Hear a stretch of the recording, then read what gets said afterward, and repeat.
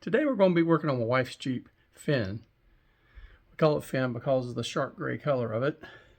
And you see my Gladiator out there. It's white. We call it Fang, as in White Fang. Anyway, the problem we're having with her Jeep is the battery keeps getting low.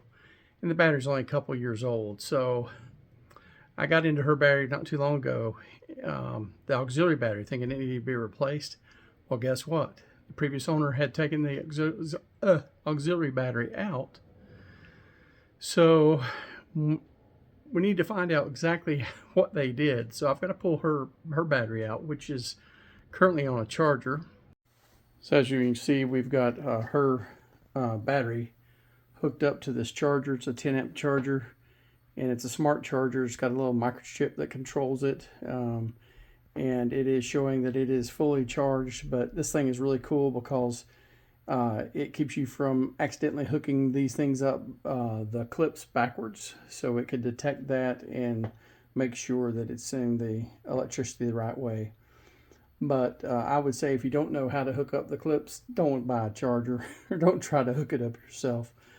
Anyway, this has been on here for about 24 hours. I'm going to take a screenshot in just a second and put it over top of this so you can see the health of it. We have a OBD2 port reader. Acts as both a security system and to give us vehicle health reports. So I'm going to be showing that right here. And so we can see what's going on with her battery. And then we'll disconnect the charger.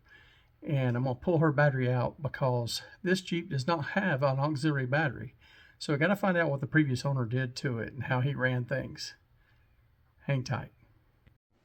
Okay, so the first thing that we've got to do is I've got to disconnect both the negative and the positive terminals from the battery. I've got to move this switch box that acts like the switch box you get on some of the upgraded Jeeps, where you've got the auxiliary switches built into the dash. So that's what this is all about. So I got to pull that out and move some of this wiring out of the way. I'm going to clean these terminals before I put the battery back in. But we're going to move all this out of the way so we can see where those leads are that go to the auxiliary battery that's no longer in the Jeep. And again, I know that because I pulled the auxiliary battery out, and the box that it's in that's up under the fender is completely gone. So I'll get started on that and be right back. So I'm going to use one of my favorite new tools. Picked this up at Lowe's several months ago. So it's a Craftsman battery powered ratchet with a 10 millimeter socket on it and a little like 2.5 inch or 3 inch extension arm. And I'll make quick work of removing the battery terminals.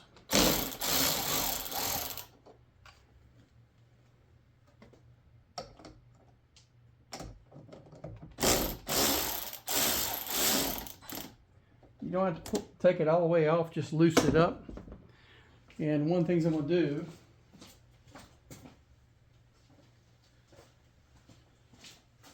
I'm going to take some shop rags, and whenever I'm working around things like this, what I like to do is to have the shop rag to wrap up these ends so they don't touch anything metal while I'm in here working. I don't have any kind of issues with that. I can get the positive off. I have to move some of this out of the way.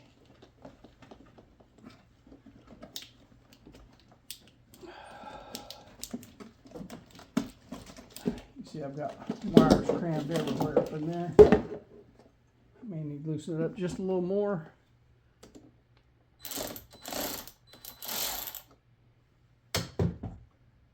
I want that to fall all the way off. I just want it nice and loose so I can get it out of there. All right. And again, another shop rag. Just wrap around all that metal. Keep that from grounding out anywhere. Now we got to remove this plate. And I don't know. Yeah, you can see that in the video. And everything's 10 millimeter. Make real quick work of it. Make sure not to lose our washer.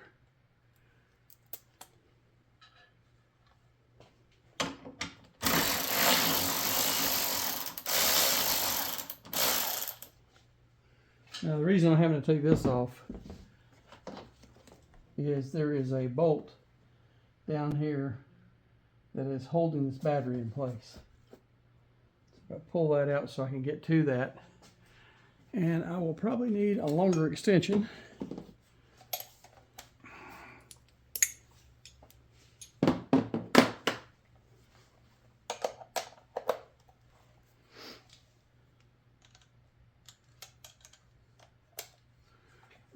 Oh, yeah, knocked my brains out here. And if I didn't say earlier, this is a 2019 Jeep Wrangler Unlimited Sahara version with the 2.0 liter turbo 4-cylinder.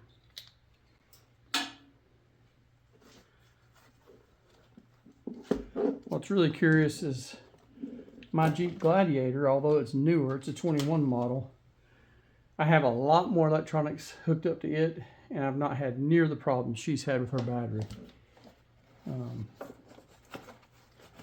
Pull the little cover off the battery here. Make it easier to get the handle. We'll just lift this out.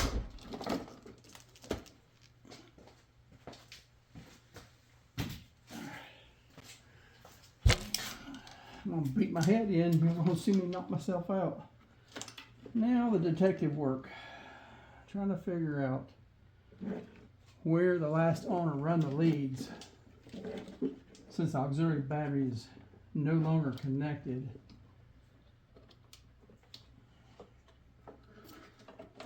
This is a unit that controls her headlights.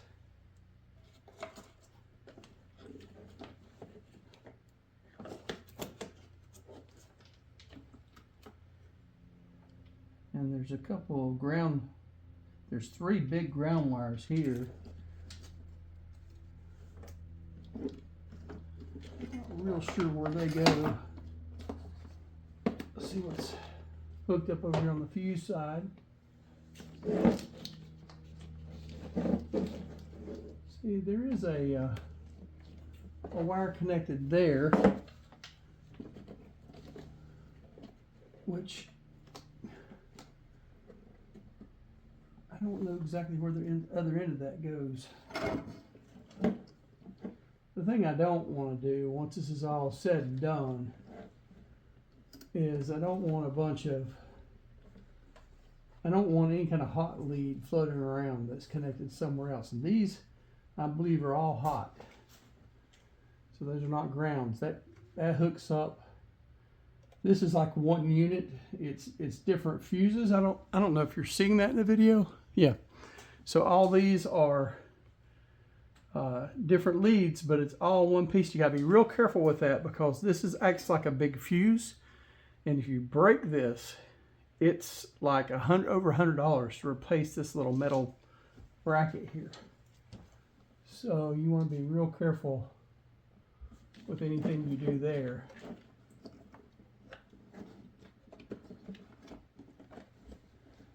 There's another lead there leading somewhere. One of the ways I knew that it was probably missing the auxiliary battery, let me show you. I'm going to take the camera off here. So in your fuse box, if you look at the lid, you can see, okay, so on this, the underside of the fuse box cover, you can see down here 42 PCR control feed, spare BSG. This is, I think, the fuse that controls the auto stop start. Just make sure that's right.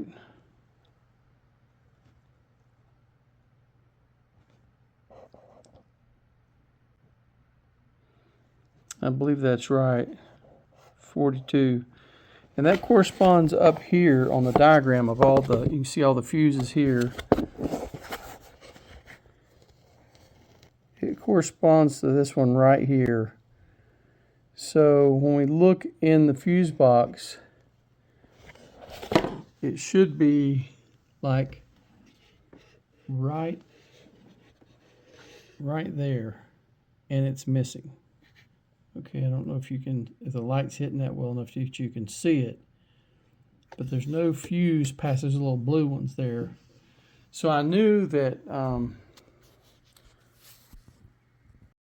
so I knew more than likely that the auxiliary battery had already been removed because that control, that fuse, was disconnected.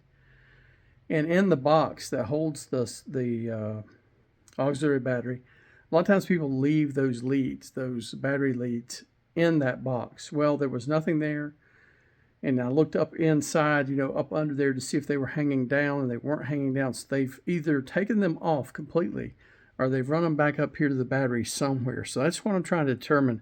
I want to make sure I don't have a power leak caused from someone improperly grounding out that auto stop start or auxiliary battery. So I've been searching for the where all these leads go to, and unfortunately the hot leads off of this all seem to go to factory points. So I'm not finding any extra wires that aren't being used or aren't hooked up to something just yet. I may have to pull the fuse box out to see if I can find if there's any leads laying loose under it, but I don't really think so. There's one that's connected here, there's one that's connected here, and then there's one that goes down somewhere down into the body of the Jeep. So I'm not sure exactly where that goes. Over here, I can see I've got two of these that go down through what looks like a factory connection over to the terminal here that fits on the battery. And there's a third one that's coming from behind this fuse panel. So to see what's going on with that, I may have to pull the fuse panel out. But right now, what I'm going to do, while I've got the battery out, I'm going to go ahead and use this little cleaning kit to clean the terminals. The positive looks fine. It's the negative it had a little corrosion on it that I'd cleaned off once before. But I'm going to give it a good cleaning and spray it down with some of this protector cleaner. So this little piece that was in that protector cleaner kit just has some brushes inside of it, and you just pop it right down on your battery terminal and give it a spin. And you can spin it both ways if you need to. Pop that off, and let's do the positive side.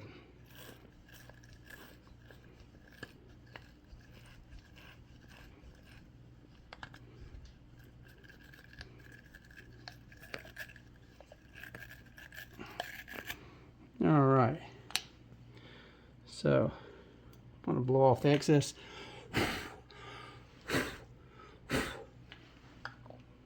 All right, then we're going to put some of this cleaner on it that we'll spray on it. So you got two spray bottles here. One says battery cleaner, and then the other one says battery terminal protection spray.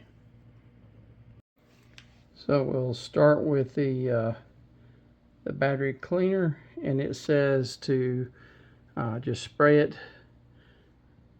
So we'll go ahead and spray that on the terminal. It says be careful not to get it on into the battery cells.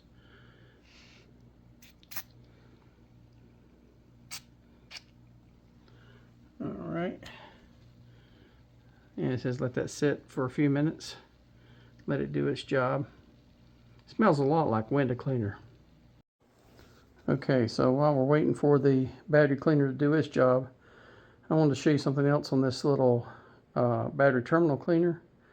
So the little cap comes off, and I'll have to pause the video to do that. So when you pull the cap off, you have this nice little wire brush, and I guess that's to clean the terminals itself before you put those back on the battery. So that's nice. I did not know it had that. So I've already cleaned the positive side terminal, and I'm cleaning the negative side now before I connect the battery back up to it with that little brush that was in this thingy. Alright, so that spray's had time to do its job. I'm going to go in with a clean towel first, and clean dry towel, and wipe those terminals down. And it says to remove any excess with water. So what I'm going to do, instead of spraying water on the battery, which is not a good idea, I'm going to get a paper towel that's had some water on it, and we'll wipe those terminals down with that, and then we'll go to the next stop. We're putting the protective coating on it. Okay, so I'm just taking a lightly damped paper towel and just cleaning the terminals and the surfaces that might got some of that cleaner on it.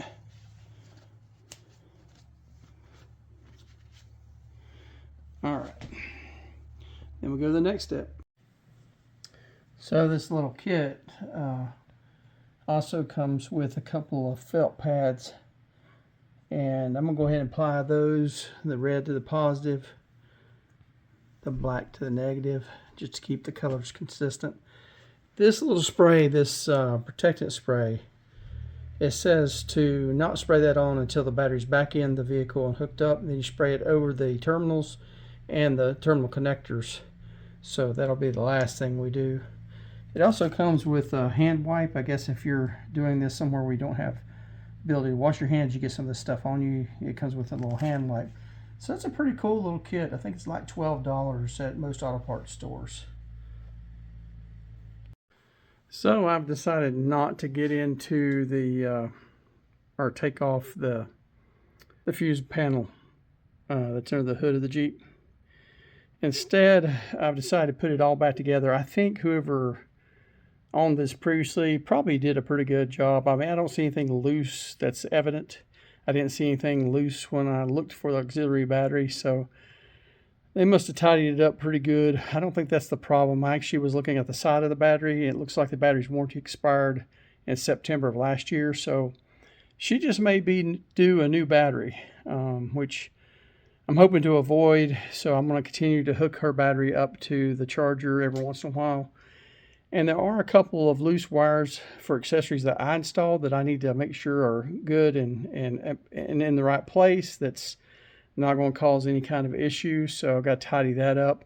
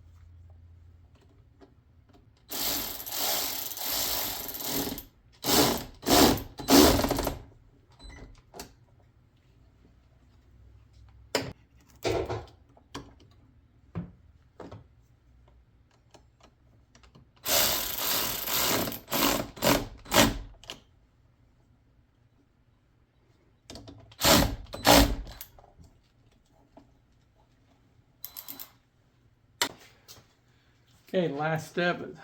Got everything connected back up. So I'm going to put this battery terminal protectant on.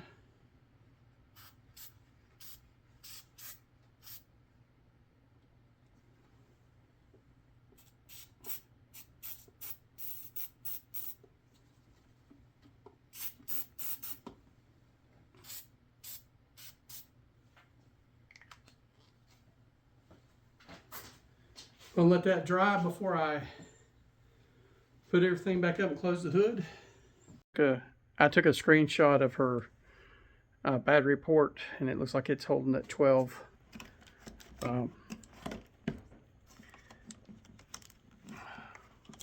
volts, which is good. Got to tidy some things up under the hood, but before I do, I want to crank her up and see how she does when I crank it up.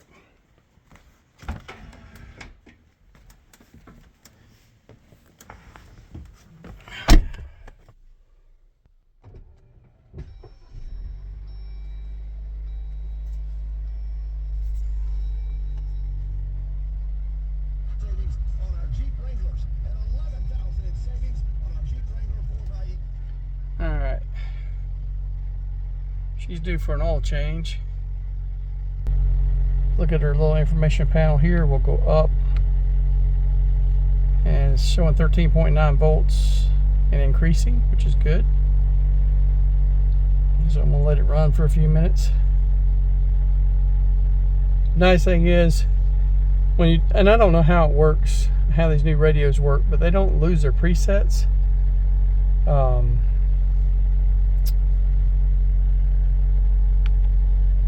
Doesn't lose her miles per gallon or her tripometer. All that stays, even though the battery was completely disconnected. So if you're worried about losing that information, you won't on these new Jeeps. And you can see all her radio presets are still there, which is good. All right, y'all, I'm gonna button this up. This is really the end of the video this time. Hope you enjoyed it. Hope you learned a little something about battery maintenance and the Jeeps.